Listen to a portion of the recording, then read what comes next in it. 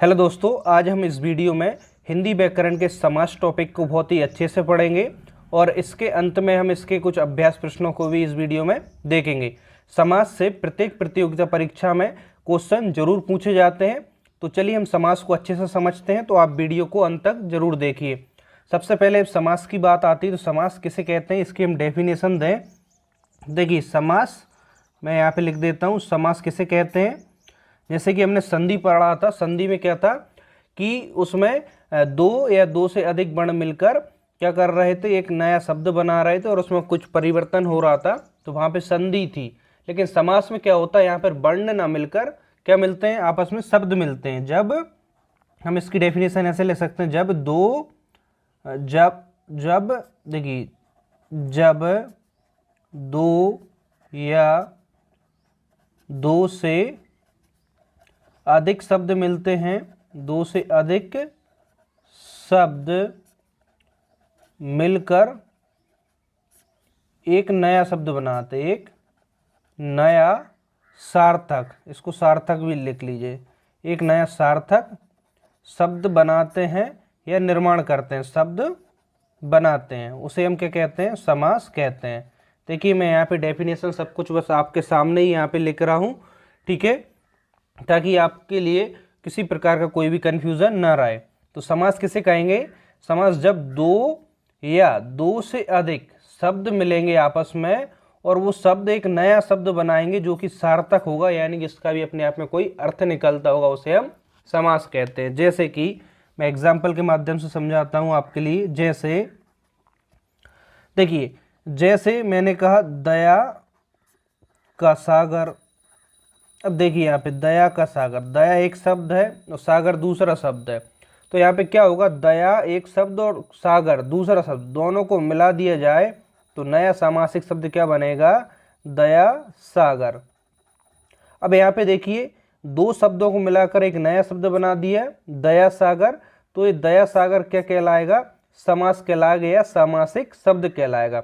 इसमें एक चीज और होती है, जब भी हम दो या दो से अधिक शब्दों को मिलाते हैं, जो बीच में जो कारक चिन्ह होते हैं, इसको क्या कहते हैं, कारक चिन्ह, इनका क्या हो जाता है, लोप हो जाता है या ये विलुप्त हो जाते हैं। ठीक है, हम इसके प्रकार जानते हैं और उसके अंदर भी हम डिटेल में पढ़ेंगे, तो आप वीडियो के साथ बने रहिए। मैं थोड़ा सा यहाँ पे कलर चेंज कर रहा हूँ। देखिए हम प्रकार भी जानेंगे इसके और अंत में इसके अभ्यास प्रश्नों को भी देखेंगे। बहुत ही महत्वपूर्ण टॉपिक है, तो आपने वीडियो अभी तक लाइक नहीं किए तो जल्दी से पहले वीडियो को लाइक कीजिए, फिर हम आगे वीडियो को कंटिन्यू करते हैं। देखिए समास की मैंने डेफिनेशन समझ ली। अब समास के प्रकार या आपसे पूछे जाए भेद कितने होते हैं, एग्जाम में ऐसा क्वेश्चन पूछा जाता है, तो हम बताएंगे समास के भेद या प्रकार 6 होते हैं। तो हमें 6 का नाम पता होना चाहिए। फर्स्ट होगा हमारा द्वंद्व समास। देखिए फर्स्ट सेकंड कोई भी हो सकता है, उस 6 हमें नाम मालूम होना चाहिए। द्वंद्व समास पहला प्रकार हमने ले लिया, द्वंद्व समास। दूसरा प्रकार हो जाएगा द्विगु समास। नाम अच्छे से याद रखिए, एग्जाम में नाम से भी डायरेक्ट क्वेश्चन बनता है। तीसरा होगा तत्पुरुष समास, तीसरा तत्पुरुष समास। चौथा इसका प्रकार मिलता है संबंध तो उसका प्रकार हो जाएगा अंदर कर्मधाराय होगा, सॉरी इसके अंदर वाली डिटेल अभी पढ़ेंगे, कर्मधाराय समास। चौथा कौन सा होगा, कर्मधाराय समास। पांचवा होगा अव्ययी भाव समास, अव्ययी भाव समास। और छठा होता है हमारा बहुब्रीहि समास। तो छठा कौन सा होगा हमारा, बहुब्रीहि समास। ठीक है, हमने यहाँ पे 6 ही प्रकार लिख लिए। हाँ, मैं आपके लिए एक बात बताना वीडियो की स्टार्टिंग भूल गया। यदि आप हिंदी के नोट्स चाहते हैं, हिंदी व्याकरण के, जो कि सभी प्रतियोगिता परीक्षा हो या फिर आप किसी भी स्कूल में हो, तब भी आपके लिए वो नोट्स काम आएंगे। एक तो प्रतियोगिता परीक्षा के लिए सबसे मेन है, बाकी आप स्कूल में है तब भी आपके लिए वीडियो में जो भी व्याकरण है वो सभी काम आने वाली है। तो हिंदी व्याकरण के नोट्स मात्र 49 रुपीज़ में प्राप्त कर सकते हैं। वो कैसे प्राप्त करेंगे, नीचे डिस्क्रिप्शन बॉक्स में जाएं, वहाँ पे टेलीग्राम होगा, उसे ज्वाइन करें, वहाँ पे मुझे मैसेज करें, तो वहाँ से मैं आपके लिए नोट्स की पूरी प्रोसेस बता दूंगा। ठीक है, बाकी आप मुझे नीचे कमेंट्स में भी पूछ सकते हैं। टेलीग्राम पर मैं आपका पर्सनली रिप्लाई दूंगा, और जो भी आप कमेंट्स यूट्यूब पर भी करते हैं तो उसका भी मैं पर्सनली ही रिप्लाई करता हूं। तो चलिए, हमने समास पढ़ लिया, समास की डेफिनेशन देख ली, इसके भेद देख ली, प्रकार कितने 6 हैं, 6 प्रकारों के नाम जान लिए। अब हम इसके अंदर डिटेल में पढ़ते हैं। ठीक है, अब देखिए डिटेल में यहाँ से हम पढ़ते हैं। तो सबसे पहला जो प्रकार है इसका द्वंद्व समास। द्वंद्व समास किसे कहते हैं, ठीक है, वन बाय वन करके सभी इसके प्रकार अच्छे से समझते हैं। पहला आता है द्वंद्व समास। द्वंद्व समास किसे कहते हैं? देखिए, द्वंद्व समास में दोनों पद कैसे हो? प्रधान हो। प्रधान मतलब दोनों पद बराबर हो, या आप इसको सिंपल भाषा में कहें तो ट्रिक इसकी ऐसे याद रख सकते हैं, दोनों पद कैसे हो? प्रधान, या फिर आप इसको सिंपल भाषा में ऐसा लिख सकते हैं, बराबर हो, दोनों को बराबर अर्थ हो, बराबर अर्थ हो। ठीक है, दोनों पद प्रधान हो या दोनों को बराबर अर्थ हो। और हम इसमें देखें, इसके बीच में जो संयोजक चिन्ह है वो कौन कौन से लगे होंगे? और, एवं, या, अथवा, इस प्रकार से क्या बोलते हैं इनको? संयोजक चिन्ह। संयोजक चिन्ह यानी कि जो आपस में जोड़ने का काम करते हैं, यानी कि दोनों पद प्रधान या प्रधान हो, या जिनका बराबर अर्थ निकले, या जिनके बीच में देखें तो कौन से कारक चिन्ह मिलेंगे हमें? और, एवं, या, अथवा।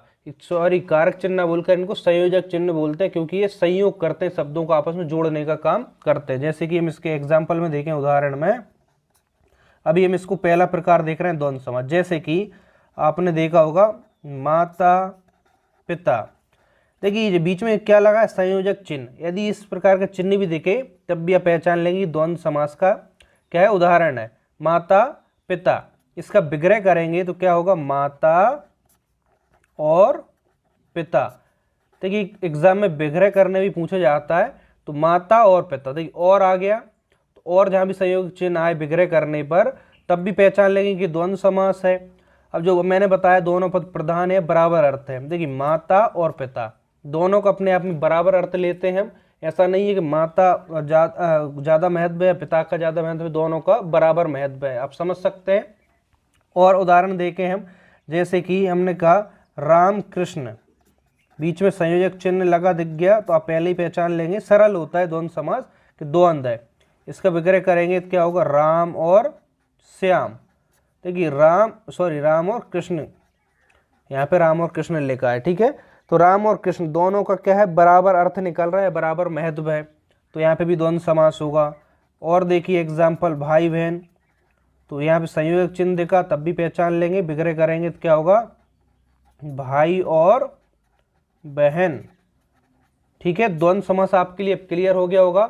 अब कभी भी द्वंद्व समास आपके सामने आएगा उदाहरण, तो आप इसको कभी भी कोई भी इसमें गलती नहीं करेंगे। ठीक है, एक सेकंड रुकिए, इसकी ब्राइटनेस ठीक करना पड़ता है, वो 80 बार हो जाता है, आपने पिछली कई वीडियोस में भी सुना होगा। मैं इस पार्ट को भी कट नहीं करता हूँ। ठीक है, अब ठीक है आई थिंक। एक सेकंड फिर से, तब तक आप वीडियो को लाइक कर दीजिए और अपने दोस्तों के साथ जल्दी से शेयर भी कर दीजिए। ठीक है, चलिए अब ठीक है, बेटर दिख रहा है या नहीं दिख रहा है आप मुझे नीचे कमेंट्स में जरूर बताएं। आप पहचान लेंगे द्वंद्व समास में क्या होगा? दोनों पद प्रधान है, बराबर देखेंगे, और यहाँ पे संयोग चिन्ह कौन से? और, एवं, या, अथवा, इस प्रकार से विग्रह करने पर दिख जाएंगे, तो वहां पे द्वंद्व समास लगाएंगे। बहुत ही सरल है, समझ में आ गया होगा आपके लिए। अब दूसरा प्रकार पढ़ते हैं द्विगु समास। ठीक है, द्विगु समास पहला प्रकार हमने यहाँ पे पढ़ लिया फर्स्ट। अब सेकंड कौन सा पढ़ेंगे? द्विगु समास। मैं यहाँ पे इस कलर चेंज कर दे रहा हूँ ताकि कंफ्यूजन ना हो। दूसरा हम पढ़ रहे हैं कौन सा? द्विगु समास। द्विगु समास क्या होता है, इसकी डेफिनेशन देखें कि द्विगु समास में क्या होगा? पूर्व पद, यानी कि पूर्व पद मतलब पहला पद, पूर्व पद कैसा होगा? संख्यावाचक होगा। पूर्व पद कैसा होगा? संख्यावाचक, यानी कि जो पहला पद होगा उसमें क्या होगा? संख्या होगी, कोई ना कोई संख्या होगी, वो हमारा कौन सा होगा? द्विगु समास। इसकी आप ट्रिक भी कह सकते हैं, पूर्व पद कैसा होगा? संख्यावाचक, यानी कि पहले जो पहला पद होगा उसमें क्या होगी? संख्या होगी, तो वो हमारा द्विगु समास कहलाएगा। कौन सा समास कहलाएगा? द्विगु समास। जैसे कि उदाहरण देखिए, अभी समझ में जाएगा, बहुत ही सरल है समास पहचानना। जैसे कि मैंने कहा नवरत्न, तो पहले विग्रह करने से पहले ही पहचान लेंगे नब, नब यानी कि 9। तो यहाँ पे संख्या आ गई, तो संख्या जब भी आ जाए तो आप कौन सा लगाएंगे, द्विगु समास। विग्रह करेंगे, विग्रह ऐसा इसका कैसे होगा, 9 रत्नों का समूह, 9 रत्नों का समूह। जब भी विग्रह करने पे समूह देखे तब भी द्विगु समास लगा दें। या पहला आप देखें जो पूर्व पद जो पहला है वो संख्या का बोध कराएगा, ठीक है। एग्जाम में विग्रह भी पूछा जाता है, इसलिए आप विग्रह भी देखिए कि नवरत्न का विग्रह क्या होगा, 9 रत्नों का समूह। और देखिए सप्तदीप, तो पहला पद आपको देखा सप्त क्या है, संख्यावाचक है, तो हम क्या लगा देंगे, द्विगु समास। इसका विग्रह करेंगे तो क्या होगा, 7 दीपों का समूह, 7 दीपों का समूह। बात क्लियर है, समझ में आ गया होगा द्विगु समास भी।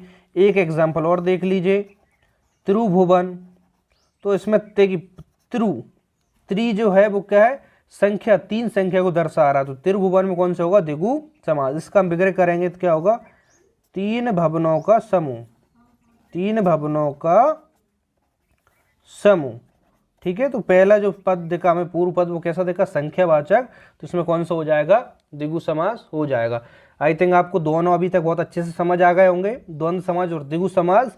देखिए यदि समझ आ रहे हैं तो वीडियो को जल्दी से लाइक और शेयर कर दीजिए। इसके बाद हम आगे तत्पुरुष समास को पढ़ते हैं। चलिए तीसरा प्रकार देखिए, तीसरा कौन सा है इसमें, तत्पुरुष समास, तत्पुरुष समास। अब इसको ध्यान से समझिए, अभी तक 2 अच्छे समझ आए होंगे तो तीसरा भी आएगा, चौथा भी, 5वां, छठा, सभी आपको अच्छे से समझ आएंगे। तत्पुरुष समास, तत्पुरुष समास में क्या होगा, यहाँ पे देखिए तत्पुरुष समास में आप सिंपल इतना याद रखिए, यहाँ पे क्या होगा, कारकों का लोप होगा, कारकों का लोप हो, कारकों का लोप हो, वहां कौन सा होता है, तत्पुरुष समास। कारक हम पहले वीडियोस में पढ़ चुके हैं, यदि आपने व्याकरण की पिछली वीडियोस नहीं पढ़ी है तो डिस्क्रिप्शन में आप जाकर पिछली वीडियोस पढ़ सकते हैं। कारक का यहाँ पे लोप होता है, फिर भी मैं आपके लिए बता देता हूँ कारक क्या होते हैं। जैसे कि कर्ता ने कर्म को करण से, संप्रदान के लिए अपदान से संबंध है ना, तो ये क्या होते हैं, विभक्ति, इनके कारक होते हैं, इन्हीं के आधार पर। जैसे कर्ता ने कर्म को करण से के द्वारा, कर्म के लिए, है ना, जिस प्रकार के हम पहले पढ़ चुके हैं, को, से, के लिए, ये क्या होते हैं, कारक चिन्ह होते हैं। तत्पुरुष समास के उदाहरण में इन कारक चिन्हों का क्या होता है, लोप होता है, वो हमारा क्या कहलाता है, तत्पुरुष समास कहलाता है। तो तत्पुरुष समास के हम उदाहरण देखें, जिसके उदाहरण एग्जाम्पल देखें, जैसे कि इसमें देखिए मतदाता, पहला देखिए मतदाता, तो मतदाता को हम ऐसा समझ में नहीं आ रहा तो इसका विग्रह कर लीजिए, मतदाता यानी मत को देने वाला।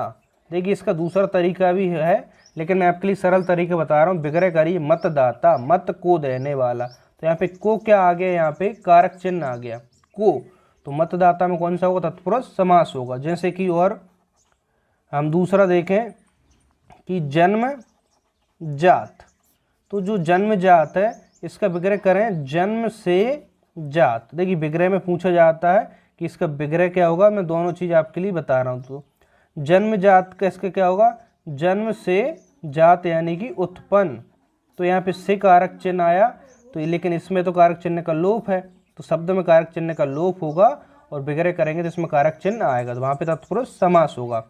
और देखिए फिर इसके प्रकार भी मिलते हैं, वो भी मैं आपके लिए बताता हूँ। और इसमें जैसे कि हम देखें हथकड़ी, हथकड़ी, तो हथकड़ी का हम विग्रह करें हाथ के लिए कड़ी, हाथ के लिए क्या होगा, कड़ी, तो यहाँ पे कारक चिन्ह के लिए का इसमें लोप हुआ, तो हथकड़ी क्या होगा, यहाँ पे तत्पुरुष समास होगा। बात क्लियर है, या कारकों का लोप हुआ कौन सा होगा, तत्पुरुष समास होगा। अब देखिए तत्पुरुष समास के भी अंदर इसके प्रकार मिलते हैं, तत्पुरुष के प्रकार, ठीक है।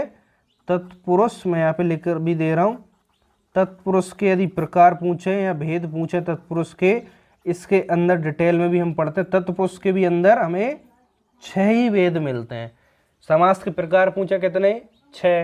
अब तत्पुरुष के अंदर पूछ लें तो तत्पुरुष के भी 6 ही प्रकार मिलते हैं। कौन कौन से मिलते हैं, हम उन सभी का नाम जानते हैं और उनको अंदर डिटेल में पढ़ते हैं। इसका मिलता है पहला कर्म तत्पुरुष, अभी मैं समझाता हूँ, समझ में आएगा, बहुत सरल है। दूसरा इसका प्रकार मिलता है करण तत्पुरुष। तीसरा इसका प्रकार मिलता है संप्रदान तत्पुरुष, संप्रदान तत्पुरुष। चौथा इसका प्रकार मिलता है अपादान तत्पुरुष, अपादान तत्पुरुष। पांचवा इसका प्रकार मिलता है संबंध तत्पुरुष, संबंध तत्पुरुष। और इसका लास्ट छठा प्रकार मिलता है अधिकरण तत्पुरुष, अधिकरण तत्पुरुष। यदि अपने कारक वाली वीडियोस देखी होगी तो इसमें क्या किया, सिर्फ कर्ता कारक को छोड़ दिया और लास्ट में संबोधन कारक को छोड़कर बाकी जितने भी कारक हैं वो सारे तत्पुरुष के भेद हैं। ठीक है, तो इसके भेद के नाम हमने अच्छे से देख लिए। अब इसके अंदर डिटेल में देखते हैं। तत्पुरुष के भेद कर्म तत्पुरुष, करण तत्पुरुष, संप्रदान तत्पुरुष, अपादान, संबंध और अधिकरण तत्पुरुष समास। इसके क्या मिल गए हमें, इसके भेद या प्रकार मिल गए। अब देखिए इसके अंदर हम देखते हैं, सबसे पहले हम देखें कर्म तत्पुरुष क्या होता है। कर्म जो तत्पुरुष है उसको कैसे पहचानेंगे। देखिए जो है ना इसके अंदर जितनी बैंक वो है तो तत्पुरुष के ही प्रकार। तो जैसे मतदाता कौन सा है, तत्पुरुष। लेकिन मतदाता कर्म तत्पुरुष होगा कि करण होगा, संप्रदान होगा, अपादान, इनमें से हमें बताना। जन्मजात इनमें से कौन सा तत्पुरुष होगा, हथकड़ी कौन सा तत्पुरुष होगा, है ना, तो वो पहचानना भी हम इसमें देखते हैं। तो कर्म तत्पुरुष की क्या है, कर्ता ने कर्म को, तो कर्म विभक्ति का कारक चिन्ह क्या होता है यहाँ पे, को यानी को का क्या होगा यहाँ पे, लोप होगा। कर्म तत्पुरुष के जो भी उदाहरण होंगे उसमें क्या होगा, को जो चिन्ह कारक इसका लोप होगा। जैसे कि हमने यहाँ पे देखा मतदाता, मत को देने वाला, यहाँ पे को कारक चिन्ह का लोप हुआ था। तो मतदाता कौन सा प्रकार कहलाएगा, कर्म तत्पुरुष। तो यहाँ पे मतदाता को लिख सकते हैं, एक तो मैंने बता ही दिया है ना, मतदाता इसका विग्रह बता दिया, तो इसको मैं यहाँ पे डिटेल में नहीं बता रहा। तो मतदाता कर्म तत्पुरुष के अंदर आएगा। दूसरा देखिए जैसे कि और एग्जाम्पल गृह कट, तो गृह कट का हम विच्छेद करते हैं, तो गृह को काटने वाला, गृह को काटने वाला, काटने वाला। तो इसमें देखिए को कारक चिन्ह का यहाँ पे लोप हुआ है ना, गृह कट, तो गृह को काटने वाला। तो इसमें को कारक चिन्ह का लोप है, तो को कारक चिन्ह का जब भी लोप होगा वो हम किस में रखेंगे, कर्म तत्पुरुष के अंदर रखेंगे। है बहुत सिंपल। चलिए अब करण तत्पुरुष के अंदर देखते हैं।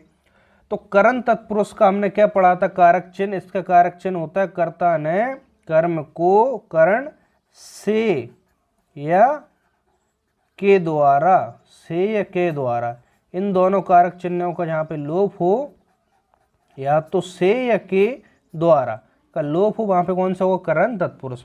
करण का मतलब क्या होता है, एक यहाँ पे जो से है, करण में जो से आता है उसका अर्थ होता है माध्यम, ठीक है, साधन, वो हम पढ़ चुके हैं।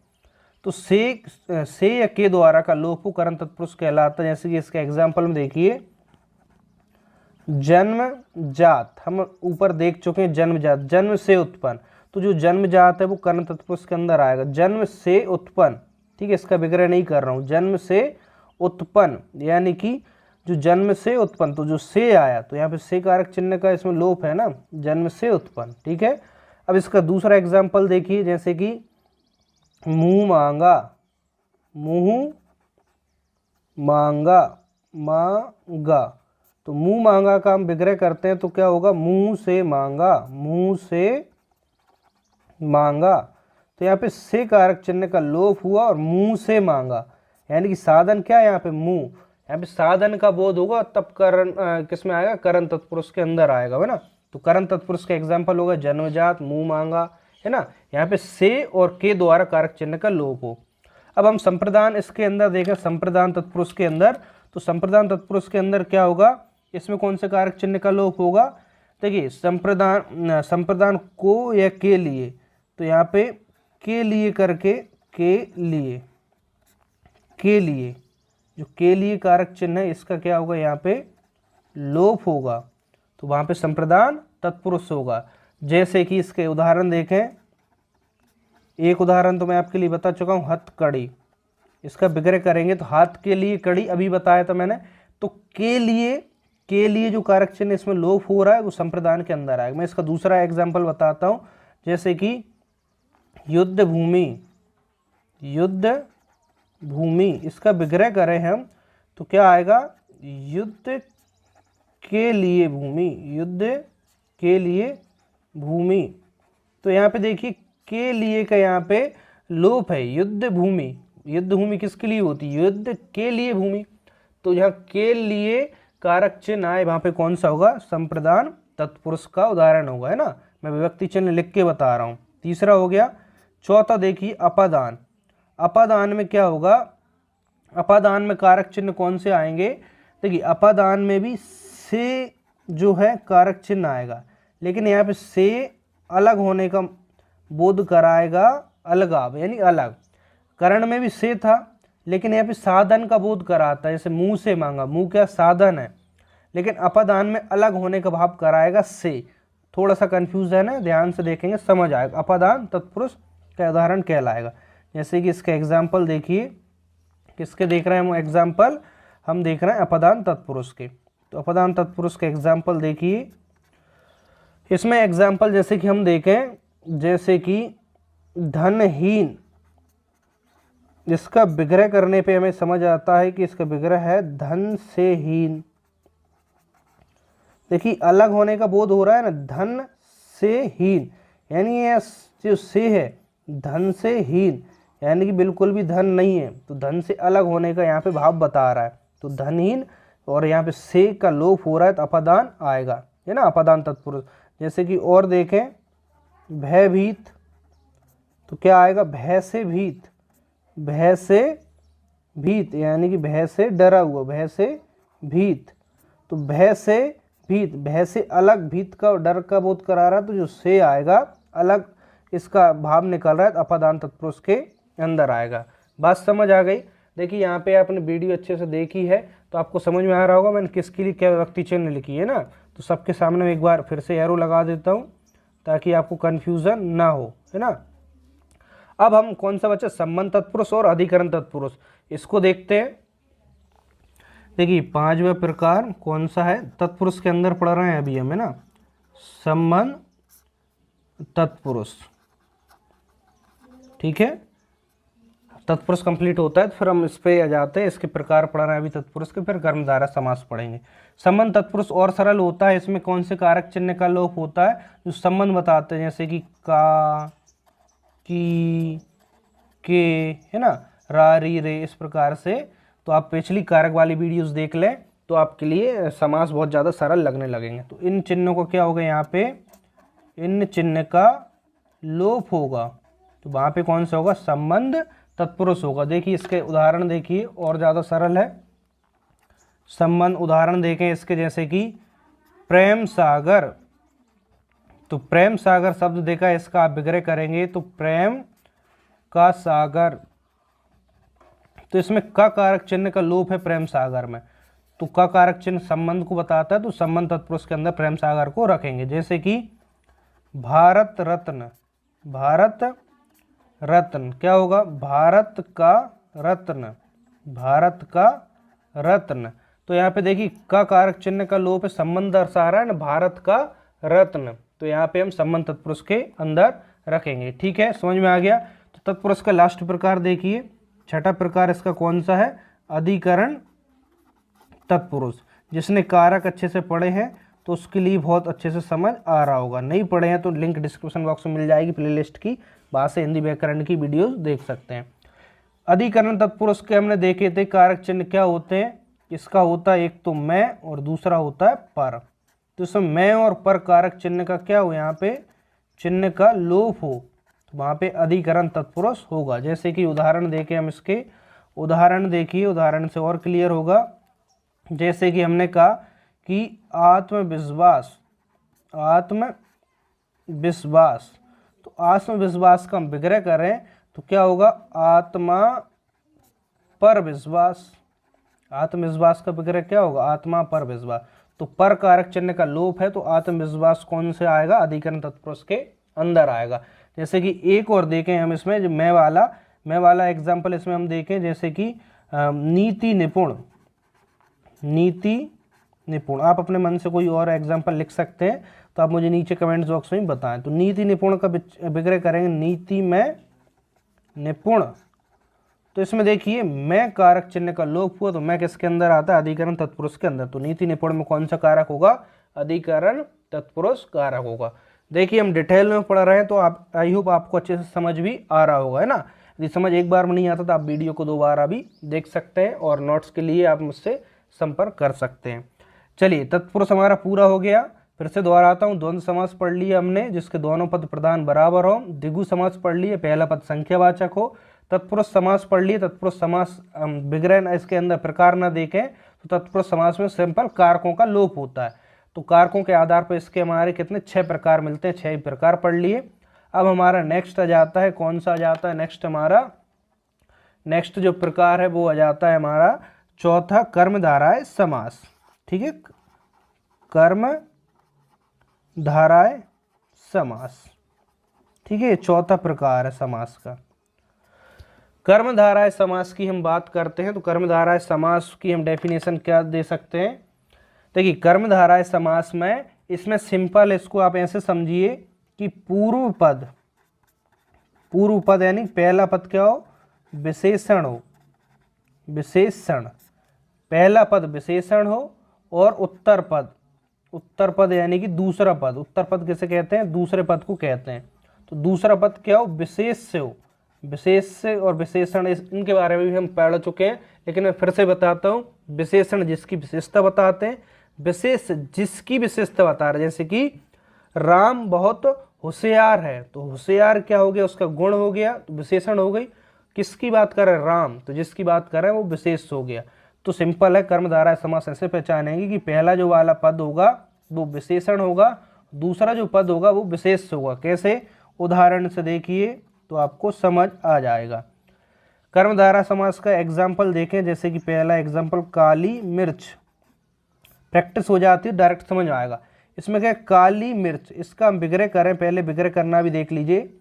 काली है जो मिर्च, है जो मिर्च, इसका विग्रह इस तरीके से होगा। कर्मधारय का जब भी विग्रह करेंगे है जो आएगा इसमें, है ना, है जो या के समान। मैं आपके लिए यहाँ पे एक नोट लिखा दूंगा अभी।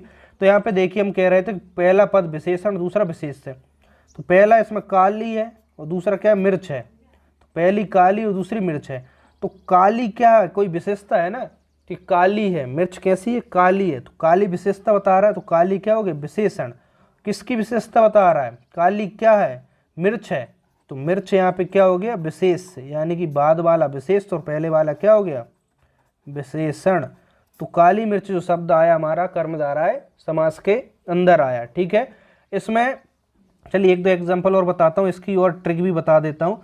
काली मिर्च, अब देखिए जैसे कि हमने और बात करें, जैसे नील कमल, दूसरा एग्जांपल देखिए, नील कमल। तो नीला है जो कमल, नीला है जो कमल। अब देखिए पहला विशेषण बताएगा नील, यानी कि पहला नीला बता रहा है। नीला क्या विशेषण, किसकी विशेषता, कमल की। तो नीला, यहाँ पे नीला क्या हो गया, यहाँ पे विशेषण, और कमल क्या हो गया, विशेष से। तो जहाँ विशेषण पहले और विशेष से बाद में, तो कर्मधारय समास का एग्जाम्पल होगा। विग्रह करेंगे तो इसमें हमेशा है जो आएगा। ठीक है, तो इस प्रकार से आप पहचान लेंगे। इसकी ट्रिक देख लीजिए, और ट्रिक क्या हो सकती है इसकी, जैसे कि हम इसकी ट्रिक इसको नाम दें तो विग्रह करने पे है जो आएगा हमेशा, और इसका और क्या आएगा, है जो के अलावा के समान आ जाएगा। विग्रह करने पे है जो या के समान दिखाई दे, कर्मधारय समास हम बताएंगे। जैसे के समान का एग्जाम्पल देखें हम यहाँ पे, तो के समान का एग्जाम्पल देख सकते हैं, जैसे कि चंद्रमुखी, चंद्रमुखी। तो कि चंद्र और मुखी, इसको हम इसके आधार विशेषण विशेष के आधार पर देखें तो चंद्र क्या हो गया, चंद्र यानी कि चांद जैसा, मुख यानी कि मुख, चांद जैसा मुख है। तो मुख यहाँ पे विशेष हो गया, और चंद्र यानी चांद से तुलना कर रहा है, तो यहाँ पे चंद्र क्या हो गया, विशेषण, विशेषण और विशेष कर्मधारय। बाकी चंद्रमुखी का इसका विशेष वो विग्रह कैसे होगा कि चंद्र के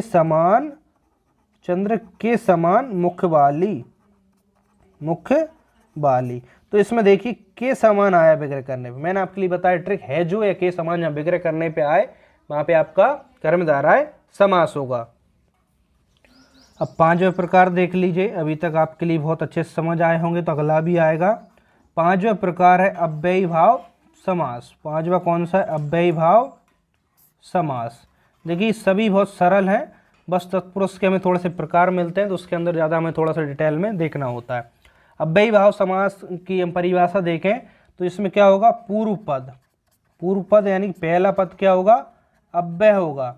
अब व्यय, तो अव्यय के बारे में हम पहले पढ़ चुके हैं, है ना। जिसने यदि रेगुलर वीडियोस देखी होंगी उसके लिए बहुत अच्छे से समझ आ रहा होगा।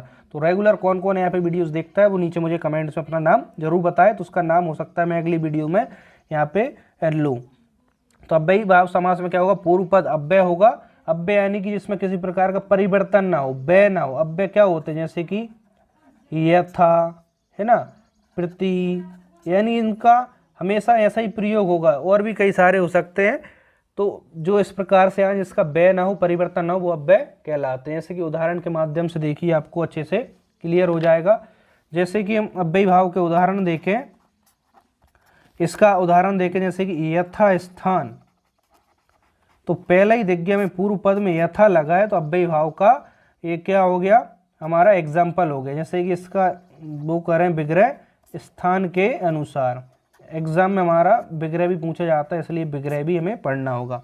ठीक है। अव्यय देखिए अव्ययी भाव जैसे कि आजीवन, तो आ पहले इसमें क्या है? अव्यय है, तो क्या हो गया इसका? देखें तो आजीवन यानी कि जीवन भर।